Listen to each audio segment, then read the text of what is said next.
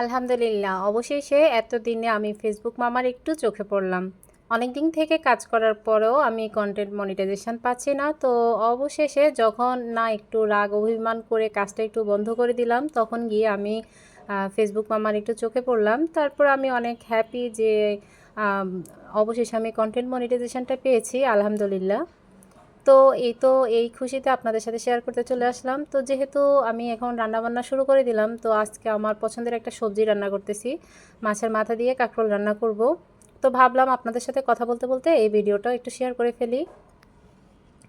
তো আসলে কয়েকদিন থেকে আমি কাজ করতেছি না, একটু সময়ও পাচ্ছি না, প্লাস একটু সবাই যে হারে গণহারে কন্টেন্ট মনিটাইজেশন পাচ্ছে, কেউ যারা পাওয়ার যোগ্য তারাও পাচ্ছে, যারা পাওয়ার যোগ্য না তারাও পাচ্ছে না, সরি টু সে।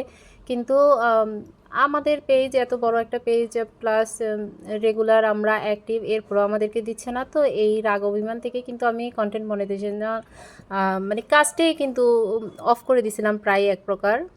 তো যাই হোক, এখন আজকে সকালে ঘুম থেকে উঠে দেখে যে আমি কন্টেন্ট মনিটাইজেশনটা পেয়ে গেলাম আমার এই পেজটাতে। তো আমি আসলেই অনেক হ্যাপি।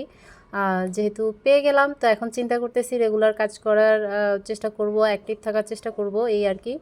তো এই তো আমি কথা বলতে বলতে রান্নাটা অলরেডি বসাই দিলাম। কাঁকরোল সবজিটা আমার অনেক পছন্দ, আর বিশেষ করে তো এটা মাছের মাথা দিয়ে রান্না করলে খুবই মজা হয়।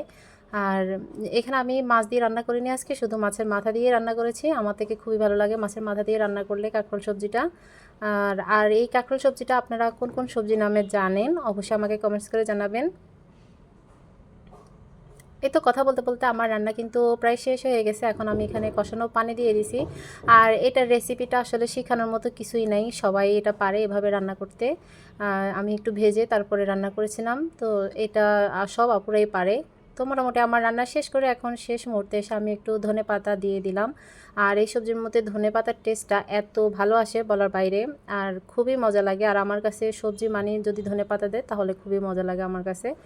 তো ভালো থাকবেন সবাই, আল্লাহ হাফেজ।